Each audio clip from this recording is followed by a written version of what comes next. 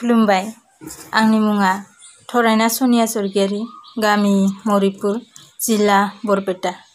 दिनै बे खन्थाइ बिबार हान्जानि खन्थाइ आवरायनाय बादायलायनाय हाबाफारियाव बाहागो लानो गोसो गुदुं जानानै आं आंनिनो सुजुनाय दोंसे खन्थाइखौ आवरायनो आखायाव लाबाय। आंनि खन्थाइ आवरायनायाव माबाफोर गोरोन्थि जालाङोब्ला गिबियावनो आंनि गोसो गोरबोनिफ्राय नोंथांमोननिसिम निमाहा बिग्रोनाय थाबाय। खन्थाइनि मुं मिजिंनि फुंखा। रिमोनला संसारनि लामायाव आसि खेबथा खेबथा दावगाबोनाया दिनै सफैबायसो माथो गुदुं बालाबारियाव। गोसोआव फिसिना दोननाय गोथां मिजिंफोरा फुरगेवगाब गानो हमबाय।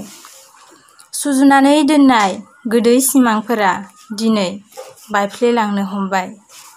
नोरजिया जालांनाय गोसो सोलेरा आगाननै दावखोदों, आगानसे गोग्लैदों। सिखारनो नाजादों, आरोबाव गोग्लैफिनदों। अब्लाबो फावसायाखै गोरा गोसोआ। जेननायनि उनाव देरहानाय दं, नाजानायनि फिथाइया देरहासारनायनि नेरसोन। बेखौनो फोथायना, थांखिखौ नोजोर होना नाजादों आरो नाजालांगोन। साम' बादि लासै लासैनो दावगालांगोन आं जिउ थांखिसिम। बायफ्लेनाय सिमांखौ खनथुमनानै सुजुफिनगोन बायदिसिना गाबजों। बैसागनि अखाजों गोदानै आरो साबसिनै सोरजिफिनगोन गोसोआव गोथां मिजिंनि फुंखा। गोजोन्थों।